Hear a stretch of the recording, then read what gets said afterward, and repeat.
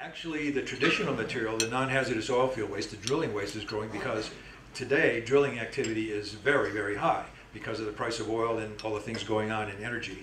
The rig count, the number of wells in operation is very, very high. And in our area, serving Louisiana and Texas, our level of business is increasing rapidly. The NORM business, I've already mentioned why that's growing. Increased public awareness, increased regulatory awareness, which will lead to increased enforcement. Lawsuits such as the Exxon one has now led to many more of those. We just researched this and found last month that there are 44 lawsuits in the state of Louisiana right now involving public action against NORM contamination of ground. Our company is in a perfect position to exploit all of this because, as I've already mentioned, we not only do all the traditional waste, we do NORM. We're differentiated from our competition because, as I mentioned, the geology where we sit, we're able to inject mixtures of solids suspended in water underground in a type of geology that will accept it. That's very unique, and there's only a few places in the country that can do that. This is a list of, we have actually over 200 customers because there's a lot of small drilling companies, but we have the major independents as well. We service their drilling operations in Texas and Louisiana, and as things move over to South Texas in this new gas play called the Eagle Ford, I mentioned it earlier in my speech, we intend to transfer our relationships with those companies to the new facilities we're going to construct there. This just gives you a quick snapshot of what we've done with the company.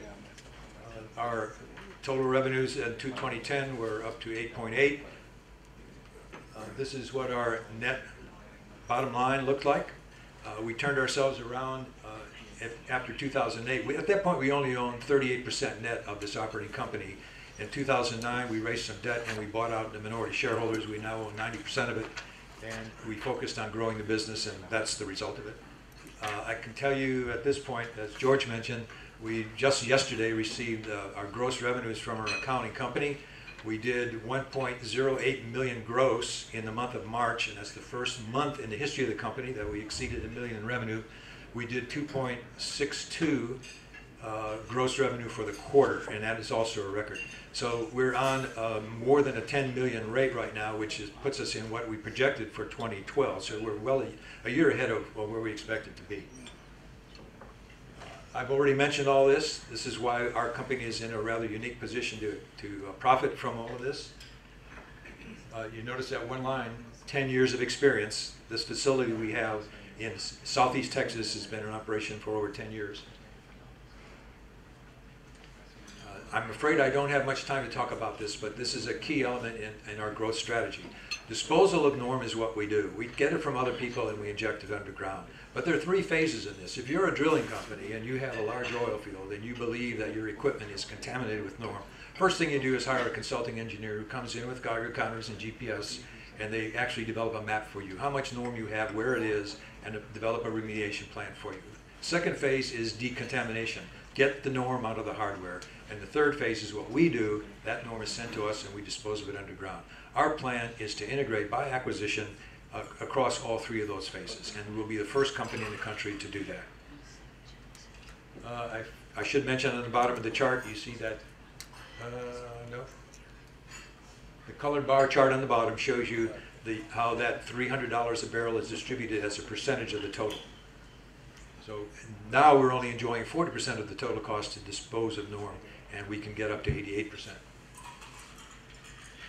I've already mentioned these things. You can read that very quickly. By the way, I have a copy of my presentation and a paper copy on the table outside. This is just to show you that our projections, if we don't do anything but stick with our one site that we now have and let it grow organically, we'll do about 14.4 million by 2014. But with proper funding and making the acquisitions we have in mind, we anticipate being able to grow our company in the upper 30 millions by 2014.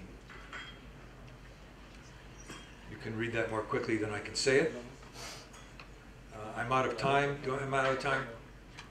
A couple more minutes, okay. I've talked about the shale gas deposits, and as I said, I'm sure all of you have read about that. Up here in the Northeast, in West Virginia, Pennsylvania, New York, is what's called the Marcellus Shale, and this is the area of the country where the environmental concerns over what's in that fracturing water is at its utmost.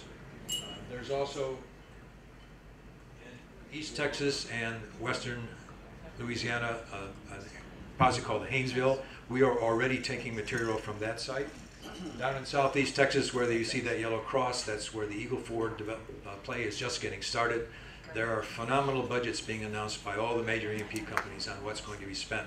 A couple of things, George, I didn't have before. Chesapeake, which is a major independent driller, has sold 1/3 of its leases in the Eagle Ford in South Texas to a Chinese national oil company for $1.5 billion.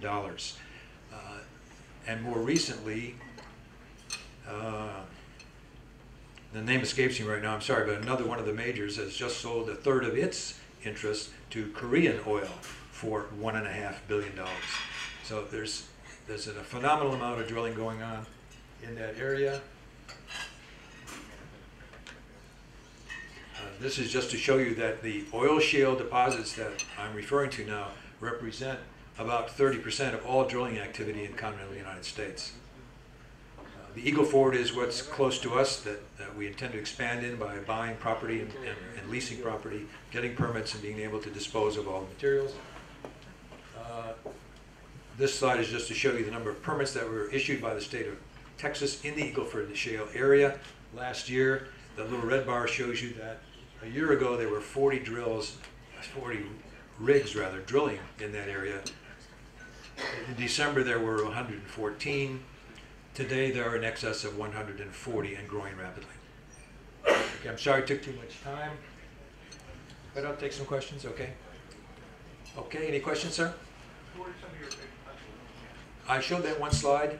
Anadarko, Petrohawk, Conoco, Devon. Excuse me? Well, that depends. We do a lot of small jobs for drilling companies that only have 3 or 4 rigs working, but we do a lot of larger jobs as well. And especially in the Marcellus Shale area in Louisiana, Shreveport area, and over into East Texas. The big dollars for us are norm. I didn't show you anything about pricing, but we charge 35 to 40 cents a barrel to dispose of salt water. That's the competitive price. Disposal of drilling waste, which is maybe 30% solid suspended in salt water, drilling muds, rock tailings, that takes some processing before it can be injected. And the prices on that range anywhere from $5 to $12 a barrel. Not 40 cents, but $5 to $10 or $12 because of the amount of handling involved. Norm can cost anywhere from $100 to $150 a barrel to process and dispose. So, not at all. Very low capital intensity in this business. Now, one of our problems in raising debt, plant, property, and equipment assets are modest compared to our cash flow. So we've been trying to get debt financing through cash flow, and that's not easy, as you know. Yes, sir. With your disposal facility down in Texas, how are you going to participate in the Marcellus? We're not. No, I'm just mentioning that for information's sake about all that's going on.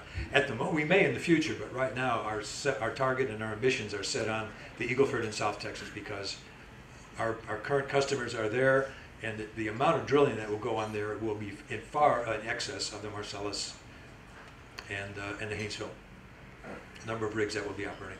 Okay, thank you, George.